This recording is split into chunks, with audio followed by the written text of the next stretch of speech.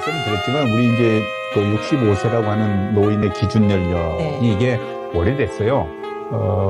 노인복지법이 지난 1981년도에 제정이 됐더군요. 그런데 그때 65세가 고정이 된 이후에 아직까지 한 번도 안 변했어요.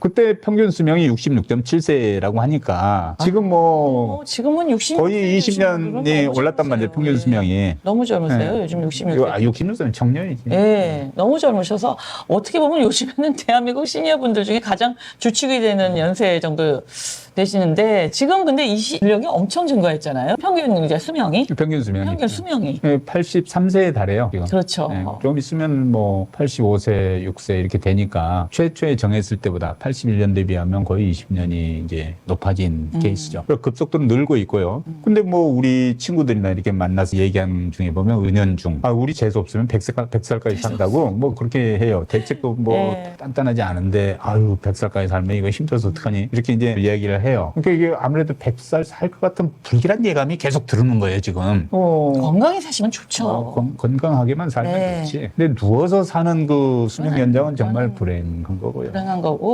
건강히 사시면 이렇게 세상이 급변하고 점점 더 발전하고 우리나라가 정말 선진국들에서 나날이 발전하는데 전 세계에 지금 K문화를 퍼뜨리고 있을 정도로 그 좋은 세상을 오래도록 보시면 얼마나 좋겠어요. 예. 건강한 모습으로. 그런데 노년 부양비라는 용어가 있습니다. 노년 부양비, 노년 부양 비율. 이게 뭐냐면 부양해야 되는 생산 가능 인구 대비 노인 인구. 노인은 그러니까 전제가 뭐냐면 비생산 연령대거든. 그러니까 금년도에 27.4%라고 나와 있어요. 네. 27.4%. 근데 이게 2036년이 되면은 지금 예측치가 50%에 딱 될 전망이에요. 한 명이 한 명.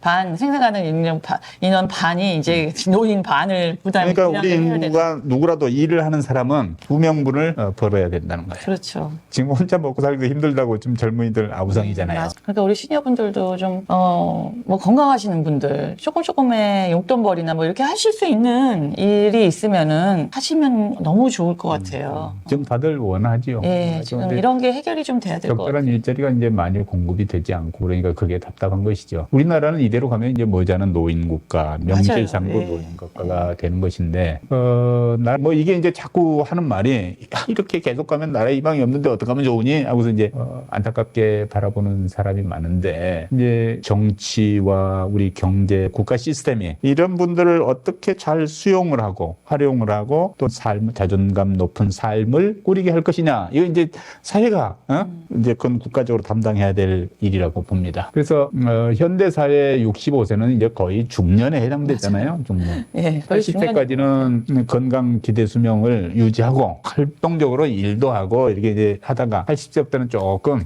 자기 관리에 중점을 두고 사는 이런 형태로 이제 바뀌어야 될 거라고. 맞아요. 이제 노년이라고 해서 나 이제 놀고 먹고 이제 여행 다니고 그러다 보면은 이제 다 했는데도 너무 건강하신 거야. 그때 가면은 이제 만약에 소비 지출을 너무 많이 하셨을 경우는 고민이 많아지죠. 그러니까 이제 60에서 70세 정도까지는 하실 수 있는 일이 있으면 적극적으로 찾아서 하시는 게 참 좋은 것 같아요. 그래서 이제 노인 연령을 높이면 어떤 효과가 있냐면 이제 그 사회에서 노동에 참여하는 선을 좀 높여주는 거고, 그리고 이제 정년도 높아지고 그런 분들도 다 딴 데 쓸 수 있게끔 이제 사회적 각성이 있지 않겠느냐 하는 생각에서 노년 부양비를 좀 개선하자는 측면인데 이게 아랫돌 빼서 윗구멍 막는 식이 되면은 안 되고 뭔가 이제 건실 국가의 시스템이 사회가 건실하게 돼서 실제로 일자리가 창출이 돼야지.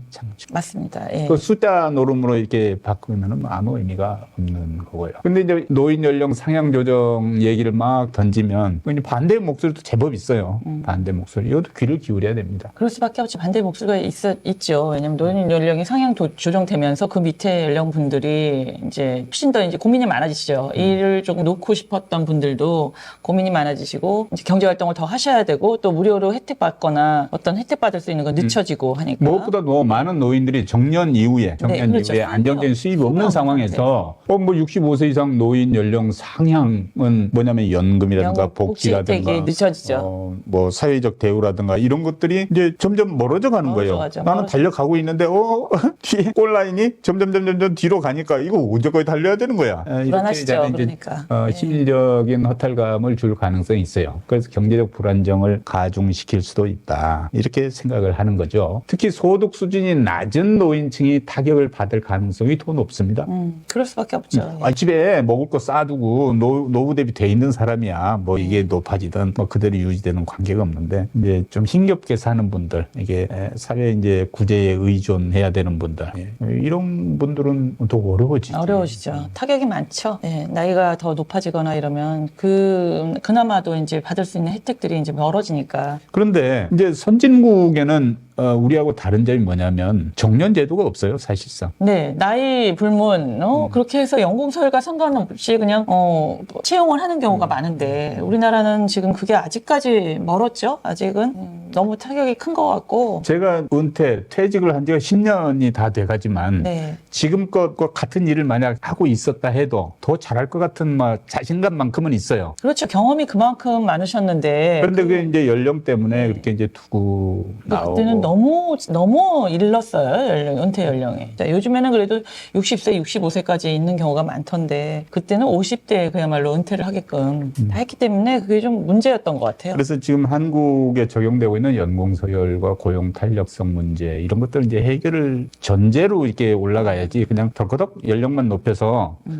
노인 부양비만 바꾼다고 될 일은 아닙니다. 뭐 그렇게 생각합니다. 맞습니다. 지도층에 있으신 분들이 이런 나이 제한 이런 걸 좀 앞서서 하셔가지고 이런 연공서열과 고용 탄력성 문제를 좀 해결을 해야 되지 않을까. 그리고 이제 한국은 노인 빈곤율이라는 게 있어요. 노인 빈곤율. 이게 OECD 국가 중에서는 제일 높은 수준. 왜냐면 초고속으로 지금 초고령화 사회에 진입했기 때문에 실질적인 나이 많은 사람들은 일본이 더 많고 그렇지만 우리나라가 이 초고령 사회에 진입한 속도는 진짜 1등이에요. 전 세계적으로. 그래서 노인 빈곤율이 이게 높을 수밖에 없죠. 지금. 갑자기 대책 없이 지금 초고령화 사회가 돼가지고 노인들이 경제적인 문제를 걱정해야 되는 게 제일 큰 문제죠. 우리나라에. 그러니까 이제 지금 65세 이상 노인들이 거의 중년 청년이다 뭐 이런 얘기는 뭐 하고는 있지만 또 그렇다 다 그런 건 아니에요. 이제 어려우신 분들도 있고 건강이 일찌감치 나빠진 분들도 있을 테니까 이런 거를 전혀 고려 없이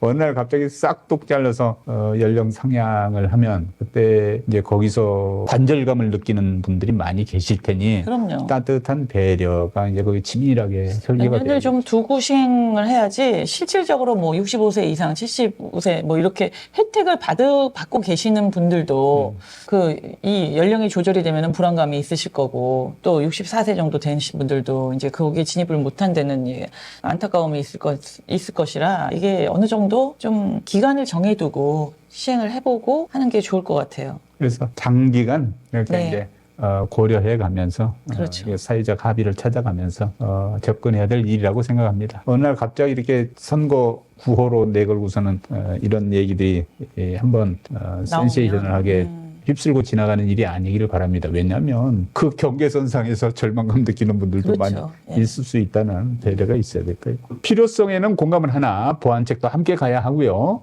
정책을 추진하려는 지도자에 대한 확고한 국민적 지지가 또 뒷받침돼야 어느 과감하게 이런 것들이 추진될 수 있다고 생각합니다. 오늘 노인의 연령 65세 이것을 상향 조정하는 문제, 그것도 필요성 그리고 또 이거에 대해서 부정적인 또 측면도 있으니 종합적으로 고려하자는 말씀 한번 드렸습니다. 네, 여러분도 지금 이렇게 초고령화 사회로 진입한 우리나라 문제를 어떻게 하면 좀 더 현실적으로 좀 해결을 할 수 있는지 좋은 방향으로 같이 한번 고민하시고 좋은 방법 있으면은 댓글에도 좀 남겨주시기 바랍니다. 아유, 고맙습니다. 감사합니다. 네, 감기 걸리지 마세요. 네, 안녕히 계세요.